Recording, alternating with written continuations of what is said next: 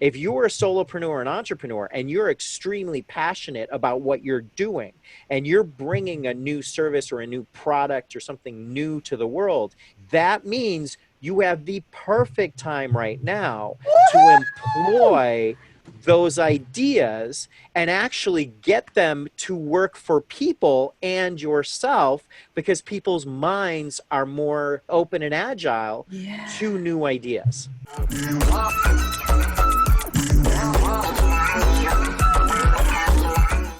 Reef Karim is the ultimate triple threat. He's an actor, he's a comic, and wait for it, a double board certified medical physician specializing in neuroscience. He analyzes our brain and behavior to show us how to protect and sharpen our minds and live our life, not somebody else's. As a scientist and creative artist, Reef maximizes and integrates both sides of his mind, the cognitive and the creative. Self-described 60% scientist, 40% artist, 100% human. Love that. As a doctor, get this, over 25 years of experience. He's held academic positions at top medical institutions, operated and exited a highly successful mental health treatment center. He's worked with and been interviewed by Oprah, think I heard of her, Anderson Cooper, Deepak Chopra, Larry King, The Today Show, CNN, Dr. Oz, Good Morning America. I could go on. We've been profiled in Time, Forbes, Business Insider. What the heck? Reef advises people through his courses, keynotes, news media, and consulting to redistribute their energy and change the way they operate their mind. I love that. He helps people build their presence, activate their originality, and share their unique voice, something he's struggled with most of his life. Interesting. Many of us have, right? As a creative, he's acted on TV shows like Veep, heard of that, and hosted shows on Discovery. I love this part. Wait for it. He's been voted one of People magazine's sexiest men alive. Hey, smart is sexy. And you're about to be a new dad. What? Reef, you're a busy man. So welcome, Reef. Thank you so much for having me, Tex. I'm super excited to work with you and to work with the Raddle community as well, because what you guys have put together is really cool. Like, I love this idea of people brainstorming, and I use the word brain here because I am a neuroscientist, but brainstorming to further their ability to connect entrepreneurship with support, with Yep. being socially conscious, and with building better ideas. Because all of that starts with your mind. And for me personally, yeah, I have the neuroscientist side and the medical physician side and all of that. But what really injected this explosion of new ideas in my life came from integrating the cognitive side of me, that was the learned side, with the creative side. Because we learn in three ways. We learn from factual knowledge, which you can get reading a self-help book. We learn from personal experience, which, if you're open and not limited in your life, you can have expansive personal experiences, but you can also learn from other people, which is great with what Raddle's doing. And we learn from our imagination. And our imagination is this huge, huge thing in our minds that often goes untapped in a lot of people. So I'm really excited to be You get us. I'm happy to have you. here. All right, let's get to the interview. Today, we're going to talk about things you can control in this world that you can do now, and understanding both the mindset and the science of keeping your head in the game. So I'm going to ask you some questions. Your job, very simple. Just answer as succinctly as possible, because everybody is short on time these days, right? We're all overwhelmed. We have no time. So, question number one. You talk about getting out of your own way. What does that mean, and how do you do that? Well, great question. When you talk about getting out of your own way, it means that there's some kind of natural flow that we all have. And I call it this natural inner wisdom. There's some people call it intuition or inner wisdom or an inner knowing. It's the fact that we're unique individuals that come into this world, and we are a culmination of our personal experiences, our genetics, our sexuality, our gender, our body size, our backgrounds, our ethnicity, our religion, our blah, blah, blah, on and on and on. And that makes us unique. That makes us original. Yet there's so much pressure from the outside to conform, to think the way other people want us to think, to Yeah. act the way people want us to act, to vote the way they want us to vote, to buy the way they want us to buy. And there's so many outside influences that are affecting our minds. In a way, it's as though our minds are being hijacked from us, and it's very calculated because if you look at so many of these, we've heard a lot from social media companies, but it's not just them. It's food manufacturing companies, it's car companies, it's anybody that wants to sell us something is studying hardcore neuroimaging, hardcore neuroscience, neurobiology to get a sense of how to tap into our minds. So when we talk about getting out of our own way, that means being a gatekeeper of your own mind. That's the first thing. And I have all these, exercises that I do when I work with people on this. And the other is, how do you overcome self-sabotage that's coming from the inside based on external stimuli that's coming on the outside? So, we've all heard things like avoidance, perfectionism, procrastination, Yep. Yep. FOMO, imposter syndrome.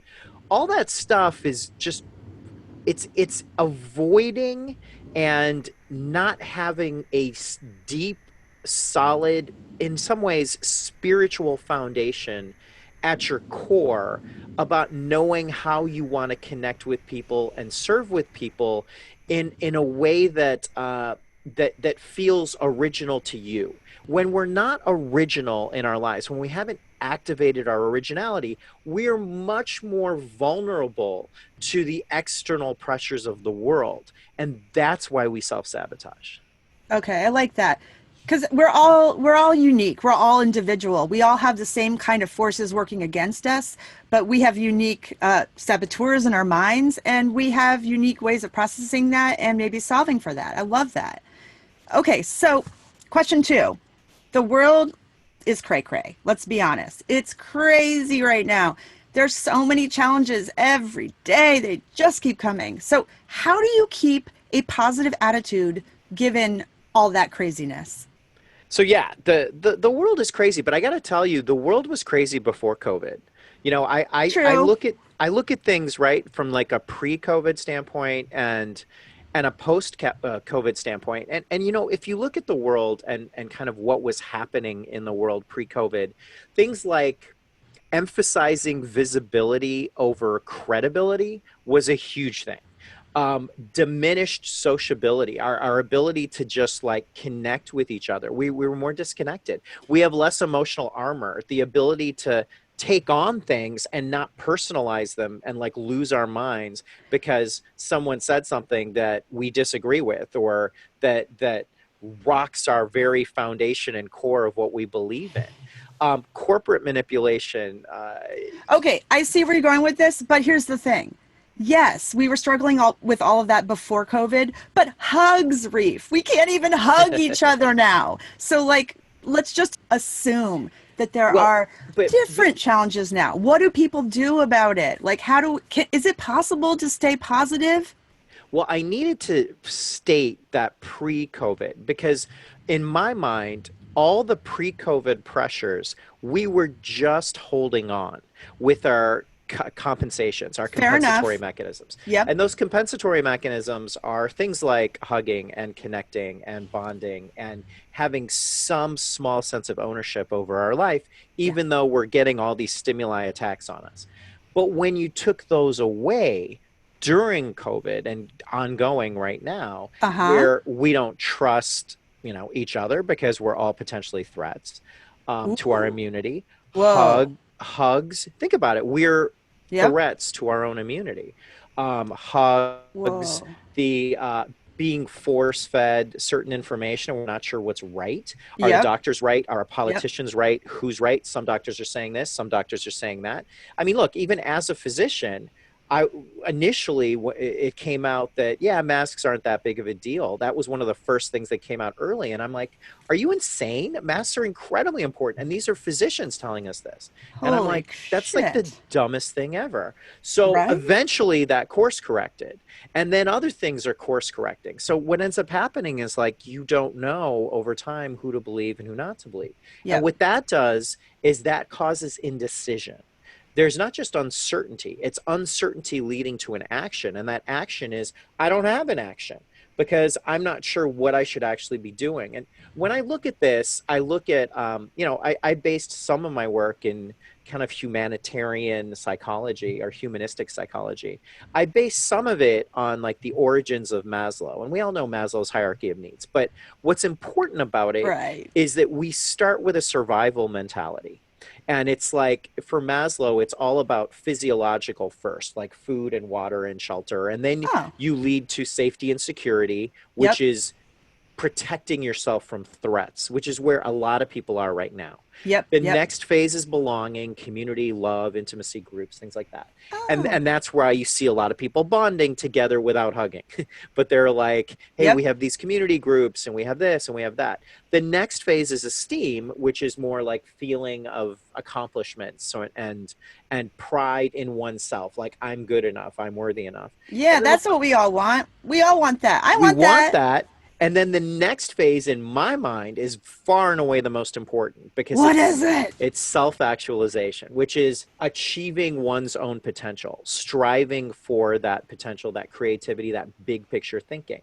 So what happens is people get stuck in the state of crisis. And that's it, Yes. right? And Reef. I feel that way all the time. so the reason that that happens is because you subjectively know what you need to do, but your mind is habituated and automated in patterns, both imprinted and encoded from your past, so they keep running in a certain way. And you don't have the energy to change Yes. based Yep. on this routine. Yep. You haven't shaken up your system to Yep. change. You're not able to envision a better future because you haven't left any space for creative problem solving and creative envisioning of a better future. And you've taken in so much stimuli from the world that you don't have the ability to shift and change even though you know you want to. That's the problem. So the first thing I think people need to do is to understand how their mind works. Okay. And you don't have to be a neuroscientist to know this. You just have to know, imagine you're a battery, and like a cell phone battery. And you know how we have the Okay. little bars on our cell phone battery? Yep. Imagine that's energy. And if you are constantly exhausting your energy on day-to-day worry, doing a job you don't love, taking in all this stimuli, You run worry. out of juice. I Yeah, get it. you watch CNN, depending who you are, you watch CNN or Fox all day. You worry about what's happening with the world. You worry about other people. You worry about animals. You worry about all sorts of. You've exhausted your battery. You are constantly on 4% in the red, running every single day, and there's no energy left to change your life when that happens. Wow. So it's about recharging, right? It's about redistributing. It's like recharging. Oh, I like that. Yeah, recharging is the assumption that you can plug in And to get some more. energy source to Ah. give you all this energy. We aren't able, we can change our energy a bit. You can do energy techniques and energy exercises, and you can do also nature will give you a little bit of energy. Like there's all sorts of things will give you a little bit of energy, a little burst, but really changing your life, transforming your life is about redistributing your energy, I having love that. less wasted on chaotic thinking and thinking from the limitations of your past, and more energy focused on creativity and envisioning this better life by, and this is my thing, connecting your cognitive and your creative mind. Cool. All right. Here's one I hear a lot because I work with a lot of solopreneurs. And this sounds so simple, but I can relate to this one too. Why am I so tired all the time? I hear that so much. Are people more tired right now? What's going on in their brains and what do they do about it? So tired is fatigue. Fatigue comes from a mental state and it comes from a physical state. We all know what it feels like to be physically tired. We want to go to sleep, or we're like so drained, or we're restless and it just sucks. There's that Yeah. physical feeling. But we're so integrated between our minds and our bodies, and we have mental fatigue, which can lead to physical fatigue, or physical fatigue can lead to mental fatigue. So look at the world around us right now. We're angry. Angry drains us. We're we have indecision because we're not sure who to trust or what to trust. Yeah. Indecision drains us. We're overly stimulated. Overstimulation drains us. We're anxious. Anxiety drains us. We're in conflict. Conflict drains us. All of that, and there's so much Yeah. more, but all of Yep. that drains our mental energy, which Yep. can also affect our physical energy.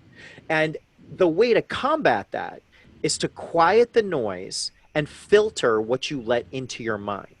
So when you think about it, like from a neuroscience perspective, we have something called cognitive flexibility and cognitive rigidity. And cognitive rigidity is when there's so much going on. I'm anxious, I'm angry, I don't even know how I feel, I don't know who to trust, I don't know what's going on. So what happens in your mind is you get rigid. There's a rigidity. It's like, I don't want one more thing to topple me over because I'm going to lose my mind. I'm going to have this breakdown. And cognitive flexibility, which is what I teach people to get, to improve, to build and expand, is your ability to adapt, your ability to open your mind to new experiences, your ability to expand your mind, to connect the dots in ways that you normally didn't in the past. If there's like a neuron here, neuron A, and there's a neuron B here, this is a simple route to get from A to B. But if you've put up all these obstacles over your life, from your limitations due to a bully, due to somebody telling you you're not smart, due to your parents, due to a job that didn't work out, due to a failure, due to the world and anxiety and COVID and all that, if you put up all these obstacles, there are other ways of getting around to that same place, that same destination. And that's called, collateral neurocircuitry. And it's how do you find other ways of getting to what you want besides the way that you know, because it's the only thing you know. And you're so rigid in your mind about that being the only way. All right. Staying consistent. Life is so up and down right now. People, solopreneurs, they feel manic. I talked to a friend last week and I'm like, I feel so manic. She's like, I feel manic. I'm like, oh, cool. I don't think we're alone in this. How do we get to a place of being more even keeled? Is that even possible?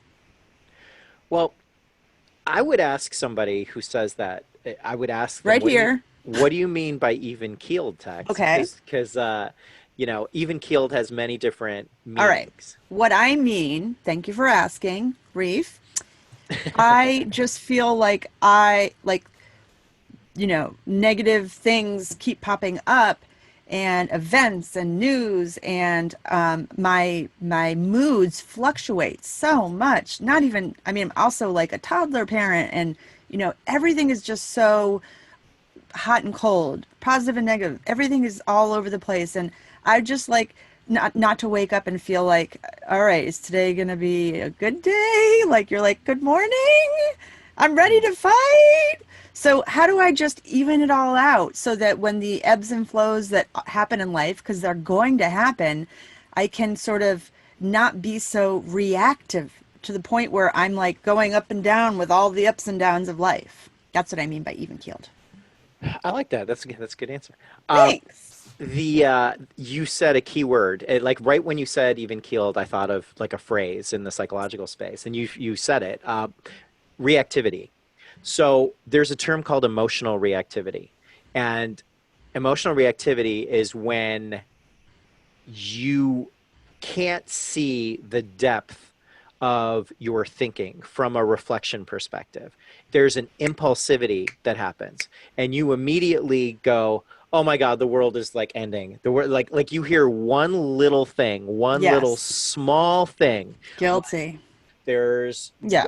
a business that's not going to open, your gym's not going to open, something got delayed, whatever it is, there's some new thing that just makes you go, oh my God, I Another can't thing? Really? handle this. Yeah.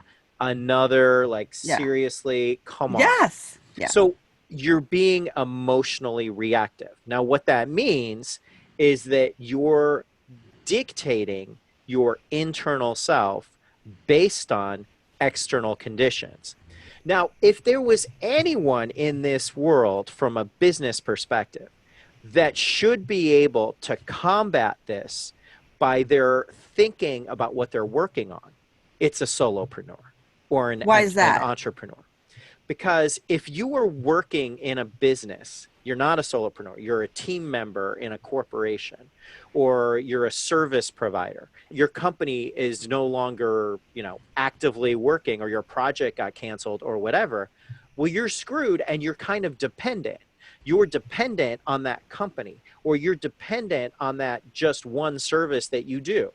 An entrepreneur, solopreneur, is building something new, generally in either their own way, or an active business in their own way, or they're creating something new. Like, I created a new platform to help people, to help them build a sharper mind. But So like on their own terms is what you're on saying. their own terms, Yeah. which I feel means you. right now we are in a state where our routine has been broken. And that routine being broken was forced upon us. It's not like we voluntarily said, okay, I think I'm going to take a year off and just kind of retrain my mind and find myself. No, it was forced upon us, which is the hardest part about this. But our minds are more flexible. We have more neuroplasticity when our routine has been broken, because we get automated into a routine. Our routines have now been broken, which Yes. means our brains are more vulnerable to bad stuff, but also vulnerable to good stuff. Ooh, We I can love that. we can change our patterns and our habits now, because we're in a transitional time mentally as well as externally in the world, and that transitional time allows us to adapt new patterns and new habits, which So, means, real quick, which yeah. means if you're a solopreneur and entrepreneur and you're extremely passionate about what you're doing, and you're bringing a new service or a new product or something new to the world, even if you're coaching in a new way to the world, that means you have the perfect time right now to Woohoo! employ those ideas and actually get them to work for people and yourself, because people's minds are more, I don't even want to use the word vulnerable. They're more Open. potentially open and agile Yeah. to new ideas. Okay, this is actually incredibly good news. I love that because so many people, I call it the forced pivot. So many people are in a forced pivot situation. Maybe they were stuck in a career for a long time and they lost their job. They've been forced to pivot and figure out what to do next. And while that's very traumatizing and scary, if they can get beyond the shame of losing their job, which is like, to me, step one, they are in a very good situation to be open to, like, now is the best time ever to be in that position. It sounds like that's really cool. Yeah, I it's love that. if you're protected, if your immunity is protected and you're safe, from that perspective, this is a really great time for solopreneurs and entrepreneurs. And it sounds weird to say that, and you almost feel guilty saying that, because you're like, well, look at what's happening to all these people in the world. But look, the reality is our world needs change constantly. Our world Yes. is constantly evolving, and even for me, I was a, I guess, as typical as you can be, a typical doctor. I got double board certified. I had academic credentials. I was publishing. And I don't say this like in As an any way. Oprah, Yeah. sexiest man alive. Yeah, typical Dr. Reef. Well, I was shocked at the sexiest man alive thing. Let me tell you that. I was like, I was in total denial. I'm like, there's no way that's true. There's no That's so way. funny. I was literally, after that happened, I literally looked at myself in the mirror and I'm like, what about you is sexy? I was trying to figure it out. I'm like, are my ears sexy? Like, what's sexy? And then I finally came to the conclusion. Like, I tried, in fact, to call them to go, are You you got the sure? wrong guy. Yeah, is there some guy has my name? And they, they're not going to respond to me. So I came to the conclusion that it's smart. That's what it is. It's like Smart is innovative and hot. smart is sexy. That's what's sexy. But anyway, side note. But the solopreneur mindset is so fascinating to me because it's somebody that says it's utilizing your creative mind if you don't get sidetracked or derailed by the current state of the world. Yeah. Okay, the entrepreneur mind is I'm going to take something that I can master and I'm going to spin it into a new way. And that new way is going to be a business model for me where I can make money, I can scale, I can, look at it from a business perspective, but I'm also doing something socially conscious or something improving the world based on this idea that I came with based on mastery. And that's super cool. It is super cool. It's also really freaking hard. So I don't know if you planned this, Reef, but this is a perfect segue into what I want to ask you next, It which was is, planned. Yeah. okay, it was planned. Come on, we're both working on transitions here. We are. And so, you're talking to a woman. I was stuck for more years than I care to admit in my career. I knew I was built for more. I knew I wanted to help entrepreneurs because every single solopreneur that succeeds, the better our world will be for a number of reasons. But here's what I'm struggling with and what I'm hearing a lot of solopreneurs that we support with Raddle, I'm hearing from them as well. Entrepreneurism is not a freaking sprint. It's a marathon. It's not sexy and glamorized like you read in most of those How I Made It. And then I got a check and then 1 million followers. And there's 3 really unsexy years before those moments that are not talked about. That's what I'm living right now. That's what many solopreneurs are living right now. Here is my question. Because it's a long game, solopreneurism is a long game. How on earth do you keep the faith? We don't know if there's a happy ending waiting. How do you keep the faith enough to keep going? Well, to keep the faith as in solopreneur, as an entrepreneur, you have Yeah. to believe in what you're selling. That's the first thing. You have, Check. yeah, no, but think about it.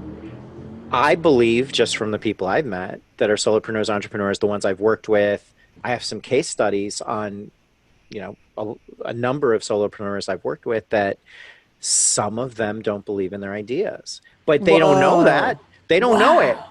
I mean, Yeah. it sounds so obvious. Of course, I believe in my idea. I'm going to coach. I'm No, doing but this it's coaching model. not. But no, Yeah. there are many people, they don't know it because they have to, they have to dive into the layers of their mind to get past the things at the top that are like, oh, of course I believe in my ideas, of course I want to make money, of course I want to do this. That's Yeah. all stuff that's been implanted in you. Those are ideas that have been put in you, but underneath it all, do you believe in what you're selling? Reef, Because you know what? You are spot on. And and the reason when you first started saying that, I thought of a conversation that my Raddle co-founder Liani and I had with each other. And I remember saying, Liani, do you believe that what we're building can help, I forget how many I said, but like, thousands of solopreneurs? Do you believe in what we're building? And you know what she said? I hope she doesn't kill me for saying this.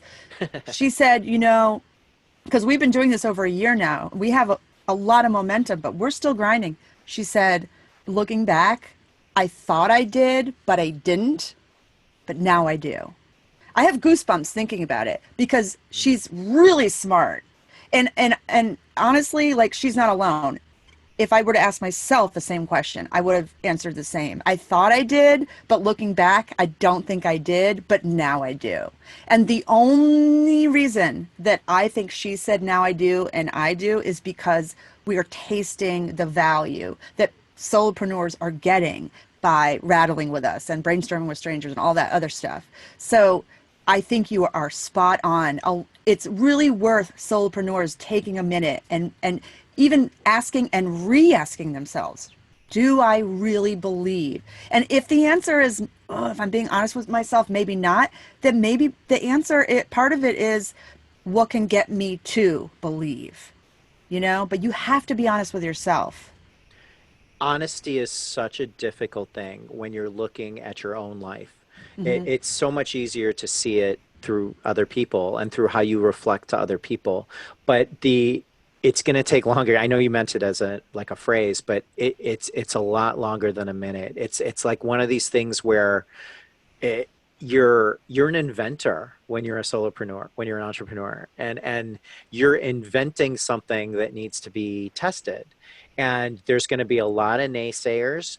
There's going to be a lot of conformity pressure. There's going to be a lot of people that are like, why are you doing that? You're never going to make money doing that. There's going to be a lot of negativity. It's like you're it's like, yeah, I used to play dodgeball when I was young, and the movie was really funny, and I just love that concept. And it's almost like you're standing there right near the line if you're playing dodgeball, and you're trying to, so you don't have much room to move, and you've got these people hurling balls at Yes. your face, Yeah. like you're gonna fail. You're never going to make money doing this. That's a dumb idea. I don't understand why you're doing this. Why don't you just get the security and We safety get of it, a Reef. We job? get it. We get it. We Yeah. get it. So We're living it. yeah, well, the thing is, I lived it too. I mean, just at a It's so different. hard. Why are we I, doing this to ourselves? and especially if your job is a stability safe job. I mean, as a doctor, I was prescribing medications every day and diagnosing every Really? day. And well, I'm I just kidding. yeah, what choice did I have, right? And as a physician, you spend all this time and all this money and all this training learning amazing things about the mind. I mean, my training was insane in the world of psychiatric medicine and psychological medicine. They make it kind of hard to be a doctor. I mean, what the F? Yeah, God. and then after it's all over, you owe like 180 grand, and you're basically a high level service provider who's listening to 18-year-old kids on the phone at insurance companies telling you what you can do and what you can't do. And having people come into your office who like saw a commercial on TV that's being advertised for this new medication, or are reading up on WebMD and going, okay, I want Adderall 20 milligrams like 4 times a day. That's what I need you for, doctor. And Yeah. it's like the creativity's gone, the service is gone, the connection with the patient is gone, all of it's gone. So I looked at the way of the world and I was like, this is not what I want. I don't want this safety and security. Instead, I want to be an inventor, and I want to utilize this side career I had in creativity and originality, combine it with neuroscience and philosophy, and develop a model where I can help solopreneurs and entrepreneurs and leaders to become better leaders by tapping into that part of their mind to understand themselves better and to be more aligned with who they are. I And love that. You and know what I think it's is really cool about that, Reef, is that I think solopreneurs, a lot of the advice and resources that you see are about like increase your Instagram followers or how to write a business plan. But if you don't make friends with your brain, solopreneurism is not for you because there's so much mental going on. And we're going to have future interviews, so we'll cover more topics. But that's why I'm so glad to have you is here helping solopreneurs, because if we do not make friends with our brain, it's going to be a hell of a lot harder to move forward and succeed with all the plans that we all have. So thank you for being here for that. We're almost out of time, so I'm going to skip the last question because I want to get to this, which I was really excited about, and it's a speed round. okay. I want you to try to answer. There's no right or wrong, like on Raddle when we virtual brainstorm. There's no right and wrong ideas. They're just whatever you feel is the answer is the answer. So in 30 words or less per question. Ready? Oh man, I got to count my words. That's Well, crazy. you can use your fingers and your toes if that helps. And it I'm could gonna be, I'm integrating in my mind. Okay. 30, 30 words, give or take. Okay, question one. Ready? Yeah. How do people get unstuck? You get unstuck through cognitive flexibility, making your mind more adaptive and more flexible so you can see things that other people can't see. Oh my God. And words to spare. Awesome. What's neuroscience? Neuroscience is the study of the mind that can be applied in neurobehavior or cognitive neuroscience to how we operate in the world, to see not just what we do, but why we do it from the standpoint of our brain and behavior. Boom. Thank you. Did not know that. Question 3. Instead of survival, one thrival tip to help people thrive now. Solopreneurs thrive now. The first thing you need to do to thrive as a solopreneur is become the gatekeeper of your mind. Know what's going in your mind, know how it's being processed in your mind, and know what negative things are flying at you, like that dodgeball metaphor, so that you can avoid them and start focusing on things that make your mind stronger, sharper, and more positive. Boom. Again, on a roll, Reef. Okay. Parenthood and entrepreneurism. Is it possible to succeed at both simultaneously? Well, I'm about to find out in about 2 weeks when we Yeah. deliver, so we'll see. But yeah, absolutely. The multitasking component of being an entrepreneur and being a parent just requires you to be able to handle and shift gears between parenting and entrepreneurialism. And I would say that it gives you more skin in the game as an entrepreneur and solopreneur because you're now doing it for someone else. Whoa, I love And that. Yep. I'll disappoint there's myself a a thousand much times. stronger connection. Yeah. I love that Yeah. because parents will do, they'll beat themselves up, they'll disappoint themselves a million times, but they'll do anything for their kids, Yeah. right? And you're just transitioning that, transferring that to your business as well. I really love that. Thanks, Reef. Okay, we're at the closing part. Sad Oh, face. oh, As a neuroscientist, a yeah. mental health physician, a performing artist, you have built an innovative platform that integrates and expands both sides of our brain, the cognitive and the creative. What is that called? Where can people learn more about it? Go. Go. This one's going to be over 30 words. So Oh, sorry. I'm sorry. We're done with the speed round. Oh, So, okay. Great. yeah, Great. So, pressure's off. I functioned as a physician, a neuroscientist, a mental health doctor, all that stuff. And I wanted to move from pathology to human potential. Because first you study I guess, a quote from someone is you study the abnormal to then become highly successful at the normal. And although I don't believe in normal, my phrase is don't be normal, be you. Uh, I became a big believer that I can use neuroscience principles, psychological principles, philosophical principles, and creative techniques to help people to tap into that inner it factor, that inner power. And the way to do that is by developing this kind of mad mind or mad mentality. And I don't mean angry and I don't mean crazy. I mean original and creative. If people just don't know how powerful their creative mind is, it's incredibly powerful. It'll give you new solutions to old problems. It'll help you creatively problem solve. It'll help you do so much and catalyze and just turbocharge and kickstart your mind in ways you never even imagined. So I developed a program, it's called Mad Leadership, where I help develop and create mad leaders.